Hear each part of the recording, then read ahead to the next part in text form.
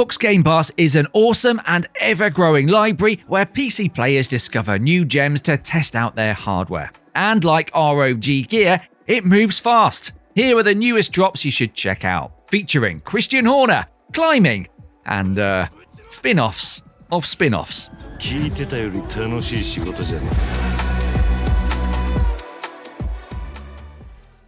You probably know French studio Don't Nod from the Life is Strange series, an excellent set of episodic adventures featuring very relatable teenagers, hipster indie playlists, and gratuitous use of the word hella. Wrong. You got hella cash. Don't Nod's latest game, Jusant, isn't that. You're on a climbing adventure with your pet blob, scaling sheer surfaces in a surreal landscape that brings to mind Salvador Dali paintings. And the climbing mechanics go hard. You've got Breath of the Wild style stamina bars to manage, a lot of different surface types to clamber, and plenty of different moves to keep scaling that vast magical tower with. The underlying theme here is all about reconnecting with nature, and it's always so therapeutic to spend time with a game that wants to go slow and let you take in the details. For anyone looking for a nice meditative break after too many Battle Royale losses, Jusant is the therapy you needed. If Drive to Survive taught us anything, it's that being a Formula 1 team boss is mostly about shouting at other team bosses in briefing rooms and then coming out with absolute zingers in later interviews about that incident. And if you get made into a meme somewhere along the way, well, that's the championship guaranteed, basically. Frontier Developments offers a brave and different vision of running an F1 team in this incredibly deep and polished management game available on Game Pass right now. Hire and fire drivers and staff, take the lead on developing and manufacturing new parts for your cars, then set the strategies on race day to guide your drivers to a very lovely result on Sunday. F1 Manager lets you choose your own difficulty simply with the team you pick. Are you looking for a low-effort romp to all the top podium steps across the world? Well, take Christian Horner's job at Red Bull. If you want a slow burn, multi-season, rags-to-riches story, take control of Williams, Alfa Romeo, or Red Bull's sister team AlphaTauri. Imagine the look on Verstappen's face when he gets overtaken by his old team. Certainly tense at the front with both cars neck and neck. Will we see a change for the lead?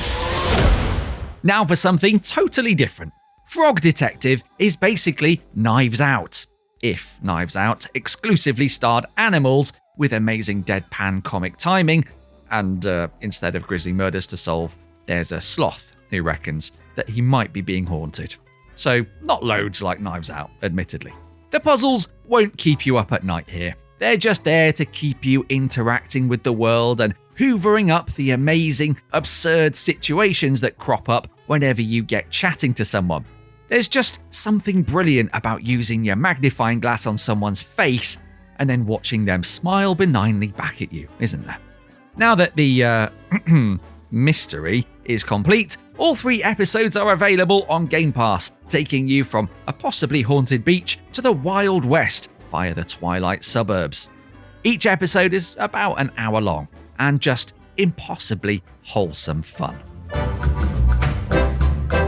We're glad this game didn't actually erase its name, because it would be really, really hard to track down on Game Pass if it did.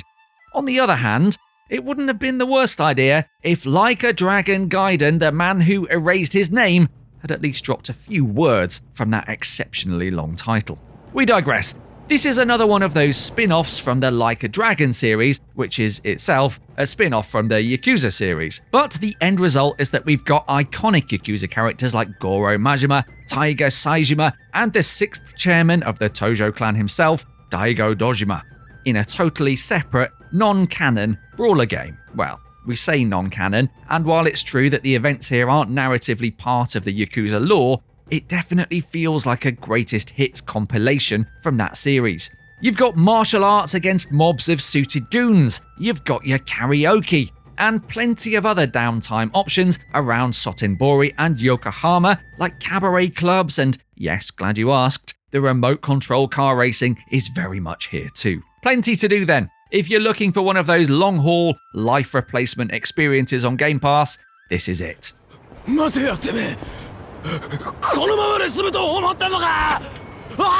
No, that's not a typo in the text. Persona 5 Tactica is a tactical RPG spin-off from everyone's favourite Jungian JRPG, Persona 5. What are the differences? Well, the art style's gone all Muppet Babies for this one, shrinking down the slim, tall silhouettes of Persona 5 Golden's characters into these kawaii critters. Is it okay to find a powerful warrior adorable?